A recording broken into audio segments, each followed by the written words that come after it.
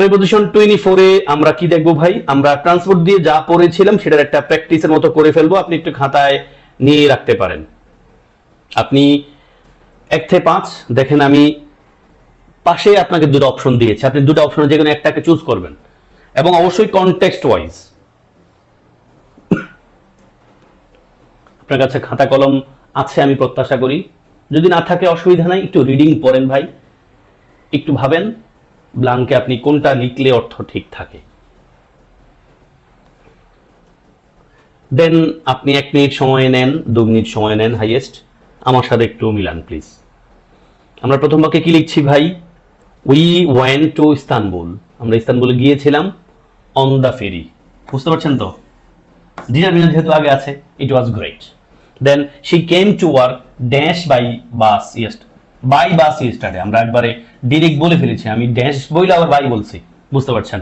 Reading করার অভ্যাস করেন ভাই, দেখবেন রুলস আপনার লাগবে না, আপনি অটোমেটিকলি পেরে যাবেন, যেটা আমাদের মানে প্র্যাকটিক্যাল লাইফে প্রয়োজন। আমরা বাংলা ভাষায় কথা বলি মানে গ্রামার চিন্তা না করেই, কোন কারক, কোন সমাস, প্রকৃতি প্রত্যয়, নত্যবিধান, সত্যবিধান, এগুলো আমরা চিন্তা করা ছাড়াই বাংলায় কথা বলি। ইংলিশেও সেটা সম্ভব, এই রুলস রেগুলেশন দিয়ে আমরা হয়তো ইংলিশ শেখা শুরু করতে হয়, বাট দিন শেষে রুলস রেগুলেশনের কোনো কাজ থাকে না যদি আপনি ইংলিশে কথা বলতে থাকি, ভুল হোক, ইংলিশ রিডিং পড়তে থাকি, অটোমেটিকলি আপনি ইংলিশে ভালো হয়ে যাব। Then my parents meet each other dash a plane, বুঝতে পারছেন ভাই?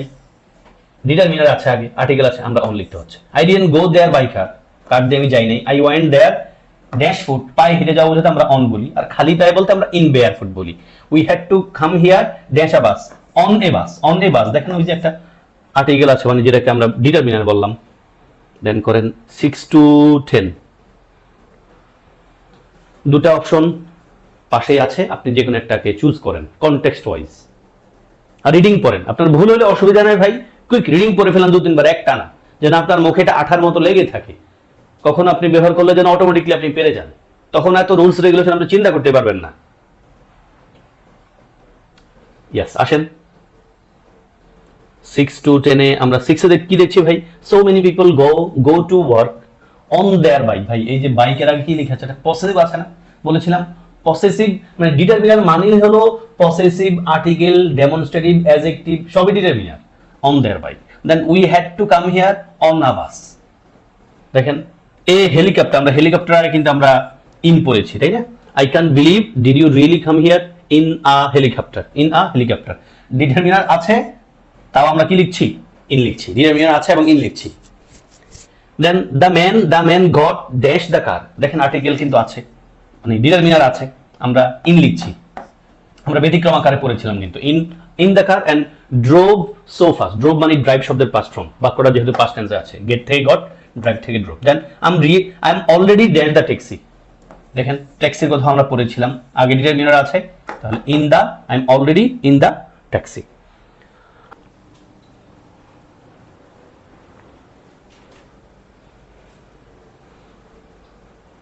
এখানে কোনো ব্লাঙ্ক মানে কোনো একটা প্রিপোজিশন লিখি নাই, আপনি নিজের মতো করে বের করবেন।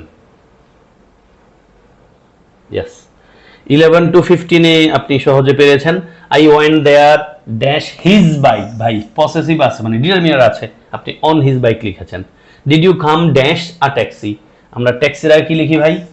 অন আ ট্যাক্সি নাকি ইন আ ট্যাক্সি? অবশ্যই ইন আ ট্যাক্সি। আর এই going to Dhaka dash the train, আগে ডিটারমিনার আছে, নিশ্চয়ই আপনি কি লিখবেন? অন লিখবেন। যদি আমরা বাই ট্রেন লিখি মানে কোনো যানবাহনের আগে আমরা মোস্টলি বাই লিখি, বাট যদি ডিটারমিনার থাকে অথবা প্লুরাল হয় তখন আমরা অন অথবা ইন লিখি। We are going to university dash bus, দেখেন নর্মাল কথা, বাই বাস, বাস দিয়ে আমরা যাই, এটা স্বাভাবিক বিষয়। We travel on the 10:30 train, মানে অন দ্য 10:30 ট্রেন মানে কি? একটা নির্দিষ্ট ট্রেন যেটা 10:30 তে ছাড়ে।